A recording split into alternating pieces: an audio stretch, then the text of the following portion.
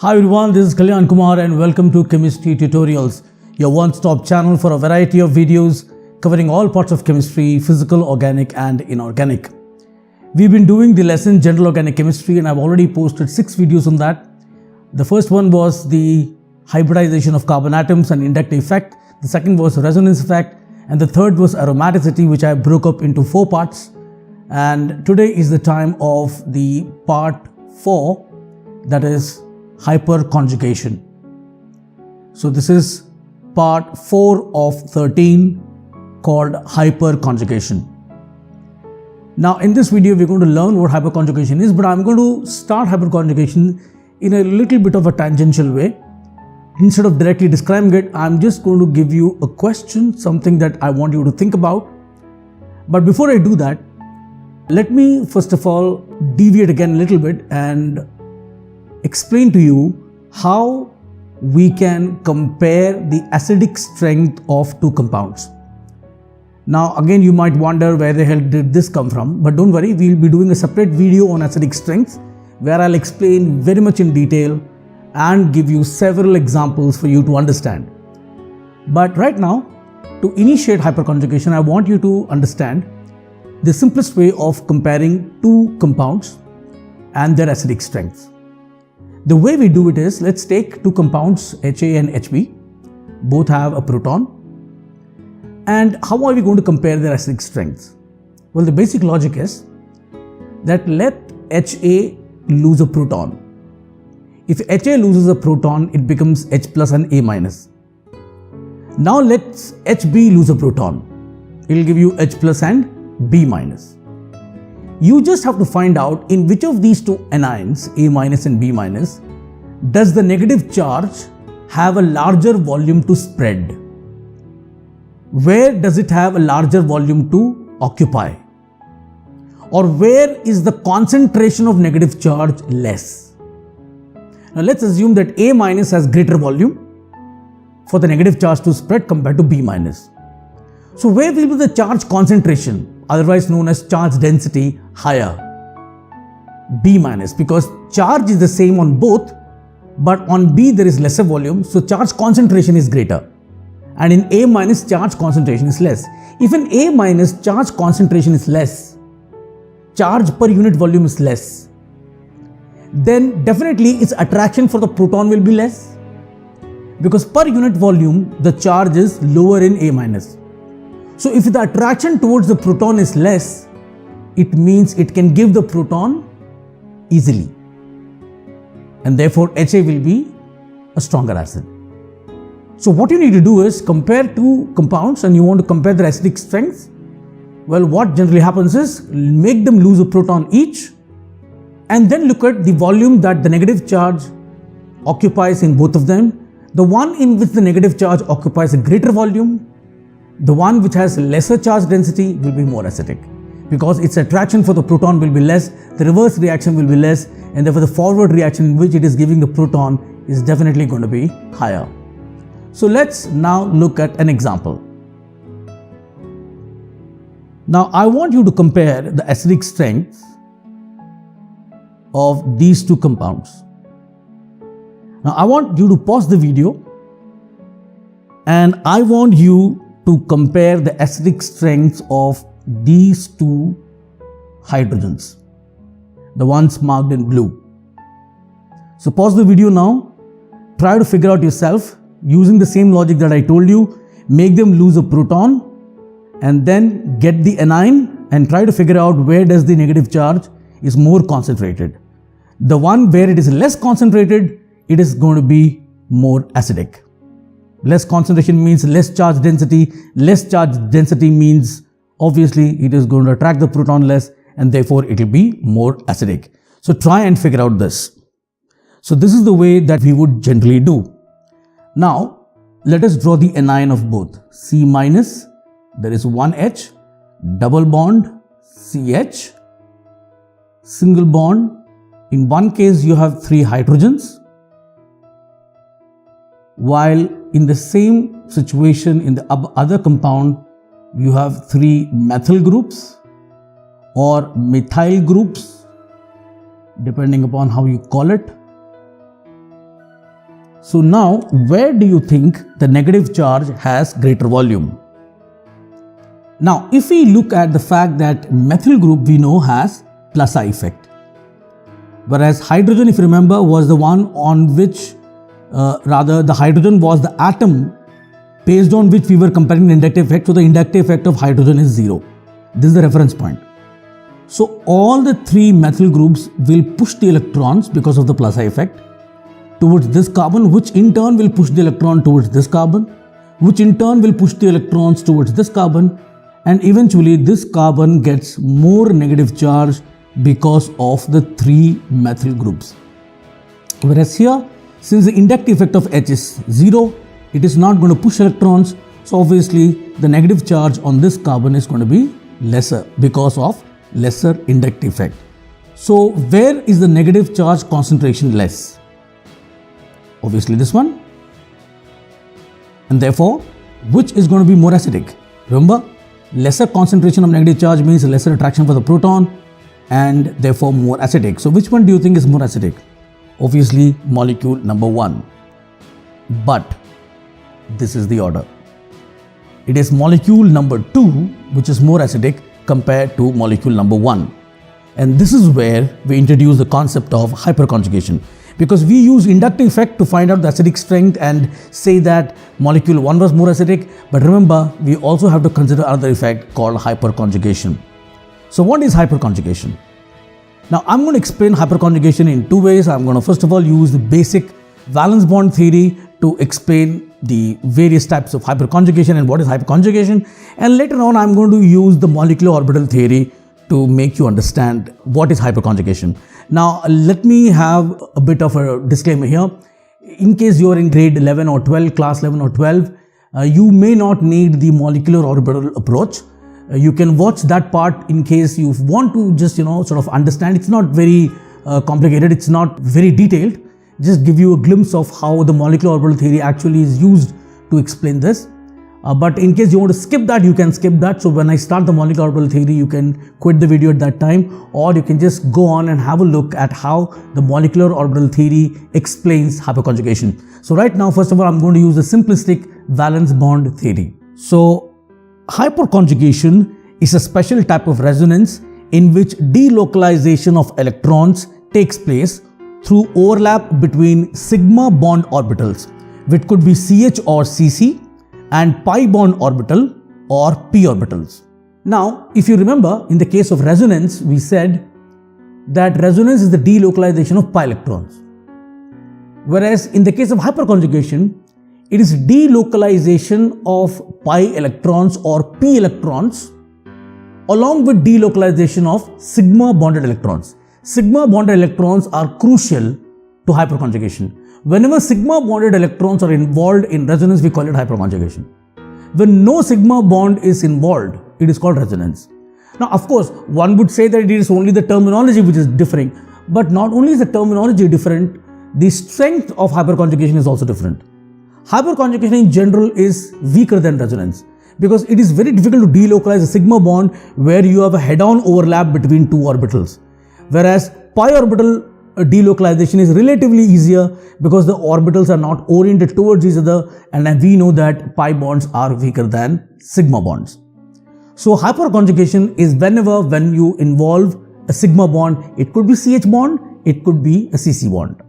Hyperconjugation is also referred to as the Baker-Nathan effect, as these were the people who actually discovered this effect. Hyperconjugation is similar to resonance effect as it uses delocalization of electrons, but different from it as it involves sigma bond.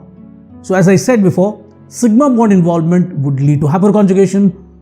If there is a delocalization without involving any sigma bond, we call it resonance. It's a permanent effect, just like inductive and resonance effect. And one hyperconjugative effect is stronger than one inductive and weaker than one resonance effect. Now what this basically means is that if you have one hyperconjugation, of course I'll explain how this hyperconjugation occurs, when it occurs, but hyperconjugation, just assume it is very similar to resonance. Only thing is it involves sigma bond.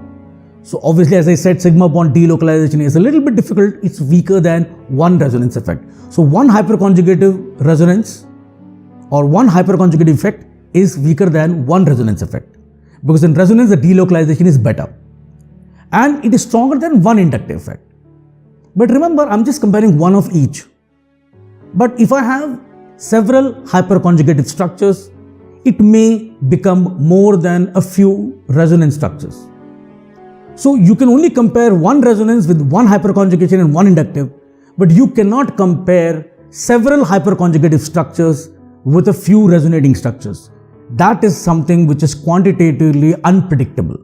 It is also known as a no bond resonance, and that you will understand very soon when I show you how hyperconjugation actually is shown.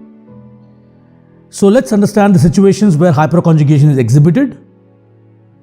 The first is, just like we did in the case of resonance structures, we are going to look at hyperconjugation cases, various cases when hyperconjugation occurs, and I'll show you how to draw them, the hyperconjugative structures. The first is single bond conjugated with double bond. So again, let's take the same example. Remember, I have not explained why this is less acidic than its methyl counterpart. So this is where the explanation starts happening. Hyperconjugation is going to happen between this CH bond and this pi bond, and as you can see, they are conjugated. Single bond conjugated with a double bond, and this single bond happens to be a CH bond.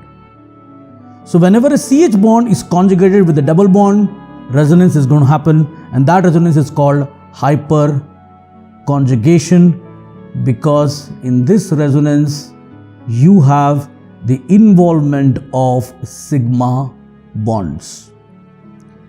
So let's see.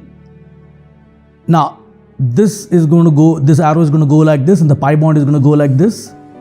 This is releasing electrons by hyperconjugation. So we call it a plus H effect. Just like inductive effect, it is a plus H effect. Now remember, the H is not for hydrogen, it is for hyperconjugation, and plus implies releasing effect. So CH bond is releasing electrons, so it's plus H effect. So if this happens, the resonating structure or the hyperconjugative structure that we get would be like this. Now as you notice, there is no bond here, and that is why it's called no bond resonance, because in some of the hyperconjugative structures you may find that there is actually no bond existing between two atoms. Now some people, some instructors, some teachers have known, always feel that hyperconjugation is not properly explained by hyperconjugative structures, because their feeling is that when there is no bond between two atoms, then the atom is free to move. In this case, the H plus and the C have no bond. So they say H plus is free to move, and if it moves, it cannot be a resonating structure, because in resonating structure, atoms do not move. Well, this logic is totally absurd and wrong. That is because the hyperconjugative structures that we are drawing are not the actual structures. They are hypothetical structures. So there is no situation when there is no bond. It's only when you draw all the hyperconjugative structures, all the structures, the resultant one will be the hybrid of all of them, just like resonance. So these are not actual structures, these are hypothetical structures. And in hypothetical structures, we can draw anything. We are not moving any atom as such. We are simply removing a bond, and we are saying this structure contributes to the actual structure. That is the basic logic here. So the logic that when there is no atom, the atom would move, when there is no bond, the atom would move, is absurd, because there is a bond. Only thing is, there is a contribution of a structure without any bond to some extent. That means the sigma bond is not perfectly sigma, it's partially sigma and partially zero. So instead of the bond being 1, it could be 0.9, 0.8, depending upon how much is the contribution of each of these structures. So the next one would be the other CH, and the next hyperconjugative structure is like this. Then we have this CH, the next hyperconjugative structure is this, and that is how hyperconjugation occurs. And if I were to show you the actual hybrid, the hybrid would resemble something like this. As you can notice, the 3 hydrogens are having delta positive charge, because these bonds are partial now. It's not a complete sigma bond, and this bond is not a complete sigma bond. It is in between single and double. This bond is not a complete double bond. It is in between single and double. These are all partial bonds. This arrow movement shows delocalization of electrons. Each H will carry some amount of positive charge, as the contribution of each hyperconjugative structure need not be same. But the three hyperconjugative structures, if we go back to the previous one, if you look at this one, this and this, they all have equal contribution, whereas this will have maximum contribution as it does not have any charge. So this bond and this bond will be partially zero and partially single. So each bond length would be actually equal to each other. So this is how hyperconjugation occurs. Each H is having the same delta plus and the carbon is having 3 delta minus to compensate for those charges. Releasing electrons by hyperconjugation is plus H effect. As I said, accepting electrons by hyperconjugation is minus H effect, and in the case of radicals it is neutral H effect. Because in the case of radicals, what happens is that one electron will come from one atom, another electron will come from another atom. You cannot call it plus H or minus H. The same is true for resonance also. So when one electron goes from one side, another electron comes from another side, there is opposite movement of electrons. There you cannot call it plus resonance or minus resonance. Same way you cannot call this plus effect or minus H effect. Now let's look at the second case where hyperconjugation occurs. That is a single bond conjugated with a positive charge. In this case, I'm also going to show an animation where this happens. I'm going to take an ethyl carbocation, and as usual, there's a plus H effect. The CH bond is conjugated with this positive charge. There is going to be some kind of hyperconjugation here, and it goes like this. The next hyperconjugated structure is this, or else the other CH could have come, resulting in this, or this CH could have come, resulting in this. Now, let me just go back and show you something which I forgot to mention before. Remember, we were looking at the acidic strength, and I said this is less acidic than the one in which you have methyl. And I said the explanation is via the hyperconjugation. I forgot to tell you why it is so. As you saw, because of hyperconjugation, this carbon is becoming negative. Here the carbon is becoming negative due to the inductive effect. And as I said, one hyperconjugation is stronger than one inductive. So there are 3 hyperconjugations here and there are 3 inductives here. So it is easier to compare. So obviously the negative charge this carbon gets due to the inductive effect of 3 methyl groups is definitely lower than the negative charge this carbon gets because of the 3 hyperconjugation of the CH bonds. So actually the charge concentration is greater here than in this case. And charge concentration being greater here, it would be less acidic because it will attract the proton more. So let's have a look at an animation in which you will understand the ethyl carbocation showing hyperconjugation. I'll also use a 3D modeling technique here. So just have a look. Hyperconjugation in ethyl carbocation. The shape of the ethyl carbocation is somewhat like this. One carbon atom is attached to 3 hydrogen atom and 1 carbon atom, and is sp3 hybridized with a tetrahedral orientation. The other carbon atom is positively charged and is bonded to 2 hydrogen atoms and 1 adjacent carbon atom.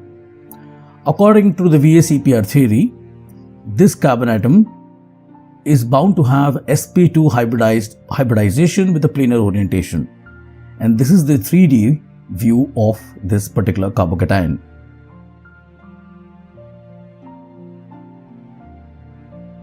Now, what we have not shown here is the empty p orbital of the carbon bearing the positive charge. Note that this empty p orbital is 90 degrees to the plane of the CH bonds. Now this carbon-carbon bond is free to rotate. Thus it is possible for all the carbon-hydrogen bonds to have an eclipsed conformation with respect to the p orbital, like this. And it is this eclipse conformation that enables hyperconjugation to take place.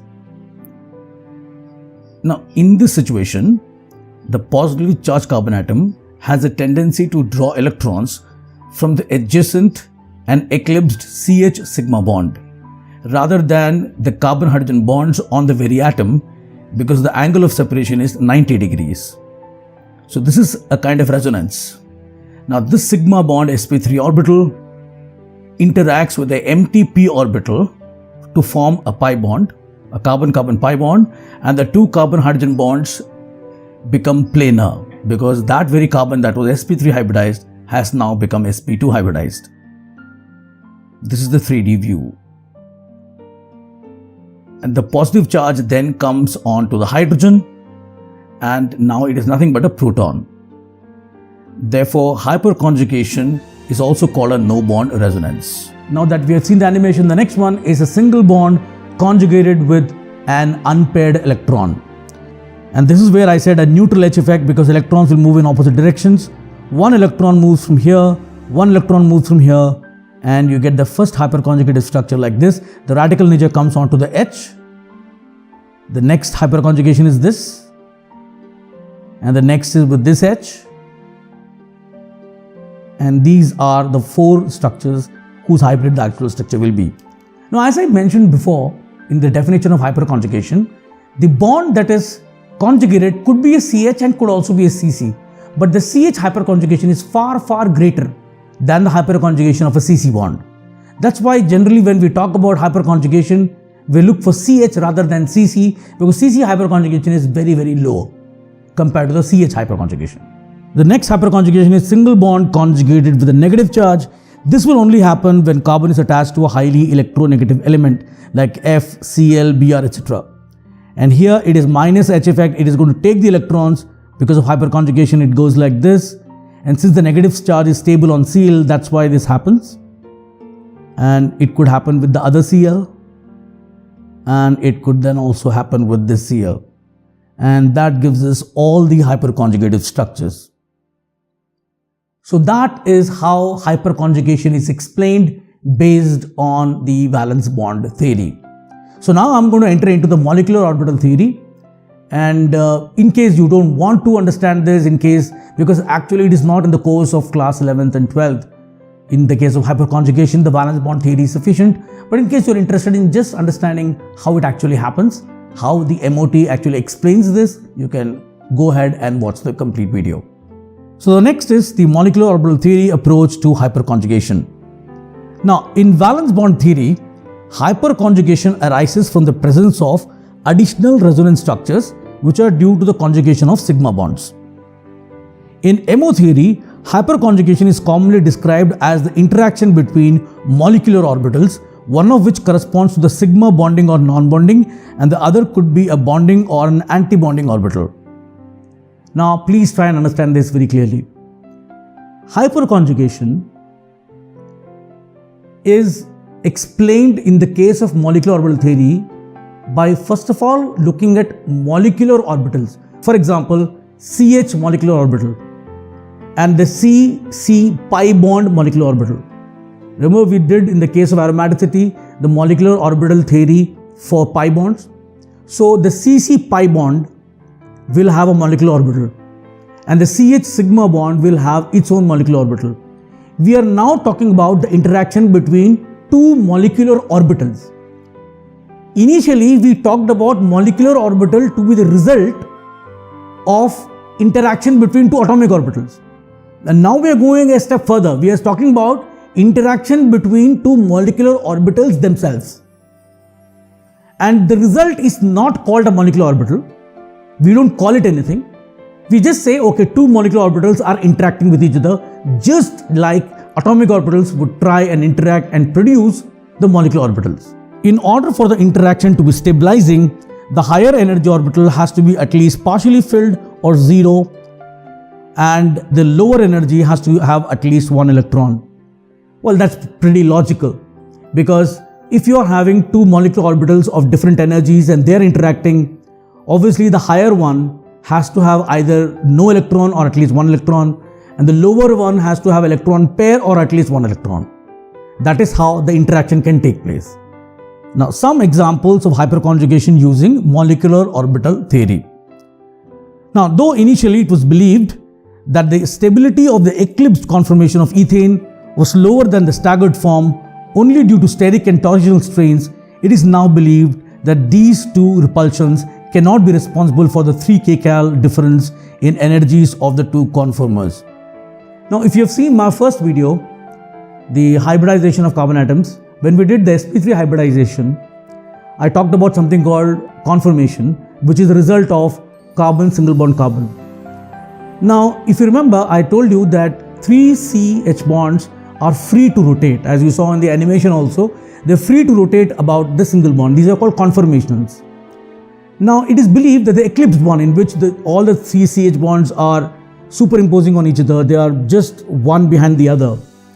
That conformation, which is called eclipse, is much less stable than the staggered form, in which they are completely opposite oriented.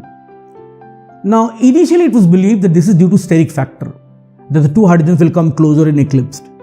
And then it was also believed that it is due to torsional strain, which is the repulsion between the two CH bonded, sigma bonded electrons, because they will come very close when it is in the eclipse form. But later on, it was found that the energy of 3 kcal cannot justify just these two reasons for the stability of staggered. And then it was realized that hyperconjugation has a role to play here. And this is how it happens. It is now believed that hyperconjugation, that is the interaction between the sigma bonding molecular orbital of one CH bond and the sigma star antibonding molecular orbital of the anti-oriented vicinal CH bond. Whoa, wow, a lot of words. You'll understand this. To produce a more stable molecular orbital is responsible for the overwhelming stability of the staggered form over the eclipsed form. Now, let's understand this. This is the staggered form, and this is the eclipsed form. And let's understand why is the staggered form supposedly more stable. Now, let's see the staggered form again. And let's draw the CH molecular orbitals. Now, this blue thing, the blue lobe, shows you the bonding case, and this blue lobe shows the bonding case. The red lobe shows the antibonding orbitals, because remember, every time it is bonding and antibonding, and since the electrons are more in bonding, we will draw this bigger than this, and this CH would be oriented in the opposite direction. Now, as you know, in the case of CH bond, C has one electron, H has one electron. They combine to give you two molecular orbitals, blue, that is bonding, red, which is antibonding. And since both have only one electron, and each orbital can take 2 electrons, both electrons go to the bonding. That's why we made the blue lobe bigger and the red lobe smaller. Blue lobe has more probability of electrons than the red lobe. Now, therefore, let's assume, for the sake of simplicity, red lobe is empty and blue lobe is filled. Now, this blue lobe of one CH and the red lobe of another CH, that is sigma CH, sigma star CH, they combine with each other, superimpose with each other mathematically, like wave functions, and produce 2 additional orbitals, one lower than both and one higher than both. And both these electrons now go to the one lower than both.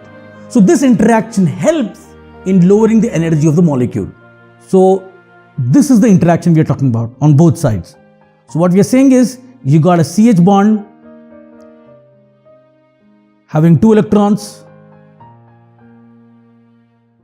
this sigma star CH having no electrons, and they are going to produce 2 orbitals bonding and antibonding, and the constructive interference, this gets 2 electrons. And since this is lower than these two, the molecule, by interacting like this, would become more stable. Now, it is wrongly written in several books that, there is the electrons being poured from the bonding to the antibonding, and then one wonders, how the hell is stability achieved if bonding electrons go to the antibonding of the other one? Isn't the energy being raised? So they are not transferred like this. What happens is, the bonding molecular orbital of one CH and the antibonding molecular orbital of the vicinal meaning adjacent, anti-oriented CH, anti meaning 180 orientation. Remember the blue lobe was on top of one and blue lobe was bottom of the other. So the bonding of one CH and the anti-bonding of the vicinal anti-oriented CH, they combine, they superimpose just like atomic orbitals did to produce molecular orbitals, and that eventually produces two orbitals, one lower than both in energy and one higher than both in energy. So it is this superimposition and not using the valence bond approach of pouring electron from the filled to the empty one that is responsible for the stability of the staggered form. The next is the Gauss effect. The Gauss effect seen in conformational isomerism is also a result of interaction between sigma molecular orbital on one carbon and the sigma star antibonding molecular orbital on the other carbon. For example, since you are not now currently understanding Gauss, conformation, etc., just for the time being, hold on. Just try to understand the way it is. Now this is, this yellow one is a carbon atom, or rather this circle, black circle is a carbon atom. This yellow one is oxygen, and the carbon is having one H here and one Cl here, and the oxygen has two lone pairs and one methyl group attached to it. Now this conformation is more stable than this one. Now one would expect that Cl and Me are pretty close here, and these are called the Gauss forms, and of course the definition of Gauss forms, etc., you'll understand when we do isomerism. Now Cl and Me are pretty close, and one would expect that steric repulsion or the size of both would hinder each other and make it less stable. Whereas in this they are far apart from each other, the Me is only closer to the small H atoms, and therefore they should be more stable. But again, the molecular orbital theory predicts this to be more stable, and this is the reason why it happens. The lone pair of oxygen and the sigma star of the CCl bond tend to overlap, and it is this lone pair and this Cl that overlap because they have to be anti-oriented. So the anti-bonding of this CCl bond and the lone pair of oxygen, they undergo superimposition just like we saw in the previous case. This is the lone pair on oxygen, non-bonding lone pair. This is the sigma star CCl, and they interact, giving rise to two orbitals lower and higher, and it is this lowering of energy that ultimately results in the stability of this isomer, which is actually called the Gauss form, which you will understand later on. Another example of this is this one, H2O2. Now again, we expect the two hydrogens pretty close to each other should be less stable than the one in which they are far apart. Well, not the case. This is more stable. That again, the anti-bonding of the CH orbital and the lone pair of oxygen, they superimpose. So non-bonding of the O electrons, non-bonding lone pair, and the anti-bonding of CH, they interact to give you two orbitals, one lower in energy than both, one higher in energy than both, and eventually the electrons go to the lower one, making it more stable. Another example of Gauss effect is the case of fluorine. Again, we expect the two fluorine closer to be less stable than the ones in which they are anti, but it's not the case. The same logic applies here. The CH bonding electrons, the one which is anti-oriented in both cases, for this also, and the anti-bonding CF, they interact and the molecule becomes stable. And in terms of acceptor strength, that is the accepting tendency of the anti-bonding orbitals, is based on the energy of the anti-bonding orbitals. And it is seen that when carbon is attached to a highly electronegative element, the anti-bonding orbitals are lower in energy than less electronegative atoms. So obviously the CF antibonding orbital will be lower energy. Lower the energy of the antibonding orbital, easier it is for it to overlap with the low-lying bonding molecular orbital. So the acceptor strength is in this order. The least acceptor is CH, then CC, then CN, then CU, and the highest of course is CF. Cl and CO will be approximately equal. The third situation of hyperconjugation of CH bond and the double bond, remember we did this as the first explanation, first one. Now here I said the hyperconjugation is between CH and this pi bond. Well, the molecular orbital theory says this: sigma CH and pi star CC. Pi star CC is empty, and this is what happens. And remember we said the hyperconjugation in the case of carbocation. In the case of carbocation, the hyperconjugation was like this, and molecular orbital explains it like this. If you remember the carbocation thingy, it was CH and C plus. So this has a p orbital which is empty. So the hyperconjugation was between the CH and the empty p orbital. So it goes like this: the sigma CH has 2 electrons bonding, and this is the non-bonding p orbital which is empty. They interact and produce 2 orbitals lower and higher in energy. The hyperconjugation of CH with a partially filled p orbital. Remember in the case of radicals we had 1 electron. I'm talking about this case where the CH bond is conjugated with a single electron. So the p orbital has a single electron. So you have 1 electron of CH and 1 electron is in the non-bonding p orbital, and they form 2 orbitals and the electron goes to the lower one. And eventually the hyperconjugation between CCl and the carbon anion, if you remember, I'm talking about this case, CCl and carbon anion. Remember the hyperconjugation went like this. So here the molecular orbital theory uses this explanation. The C negative, the non-bonding C lone pair, and the anti-bonding CCl, they overlap, wave functions overlap and produce a lower energy molecule. So eventually, after saying all of this, what is hyperconjugation? This is the final definition of hyperconjugation using the molecular orbital theory. Hyperconjugation is the interaction of electrons in a sigma bond, usually CH or CC, with an adjacent empty or partially filled non-bonding p orbital, anti-bonding sigma star or pi star orbital or filled pi orbital to give an extended molecular orbital that increases the stability of the system. So eventually, what we are calling as those 2 orbitals that the molecular orbitals interacted and gave, those we call as extended molecular orbitals.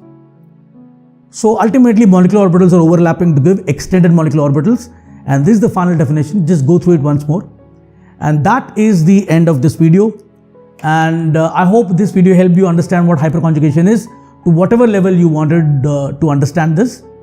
And in case you don't want to know about the molecular orbital approach, you can just stop yourself with the valence bond theory approach. And in case you want to just understand what's actually happening, you can look at the molecular orbital approach also. But now let me tell you something else, and that is, in the molecular orbital theory approach, you know what we did? We took sigma CH, already bonded 2 atomic orbitals. We used the bonding orbital, molecular orbital of one, and the anti-bonding molecular orbital of the other, and that gave the extended molecular orbital. Well, this is actually simplifying the actual one. In reality, it is not that the molecular orbitals overlap with each other. It is the atomic orbitals of all atoms that overlap with all other atoms and interact.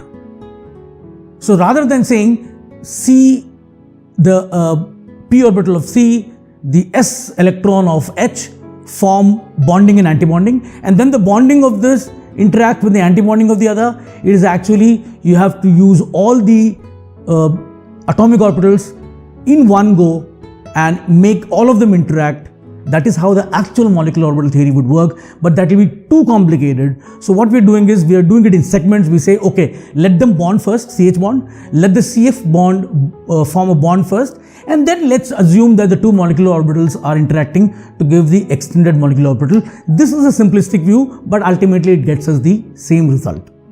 So that is the end of this video, and I hope you understood this. And if you have any comments, questions, any doubts, anything that you would like to talk about, you can drop them in the comment section below.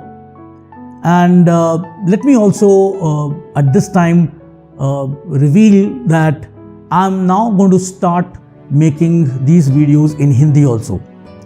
I've been getting a lot of requests in my YouTube comments, in my emails, and even verbally with the students I teach, and they all want me to make videos in Hindi because they find it more easy to understand it in Hindi. So I'm going to start with hyperconjugation. It will not be possible for me to make all the previous videos in Hindi. If and ever I have time, I would try and make that, but I don't promise, because it will take a lot of time and I will not be able to move on with the current lesson. So I'm going to start with this video, hyperconjugation. And so you will find whenever I post a video, first I'll post the video in English, and then after a while I'll post the same video in Hindi. And if you have any friends who prefer Hindi, you can encourage them to watch this video. And in case you yourself prefer the Hindi version, you can definitely do that. But remember, I'm not going to use technical terms in Hindi because I don't know them myself. So resonance will be resonance, hyperconjugation will be hyperconjugation. It will be a mix of Hindi and English with more percentage, almost 70 to 80% of Hindi and about 30 to 20% of English. So that is how that channel is going to work. So I'm going to make these videos in the same channel. I'm not going to create a new channel. So hyperconjugation, now this video will be twice uploaded, one in Hindi, one in English. And it will be recorded in real time. It won't be dubbing. It will be recorded in real time, just like I'm recording this particular video. So in case you haven't subscribed to this channel, I encourage you to subscribe to this channel. Consider subscribing, because I post lots and lots of chemistry videos, different types of videos. I've just uploaded an experiment video on titration. So I'm going to do a series on experiments, and this series of videos is for organic chemistry. And we have started with the lesson General Organic Chemistry. I've already posted IUPAC nomenclature, so you can have a look at a variety of these videos. And I'm going to continue to post them till I'm able to complete the 11th and the 12th standard syllabus. So in case you haven't subscribed, please consider subscribing. If you like this video, I hope you will hit the thumbs up button. And with that, this is Kalyan Kumar signing off. Have a great day, goodbye, and thank you for watching.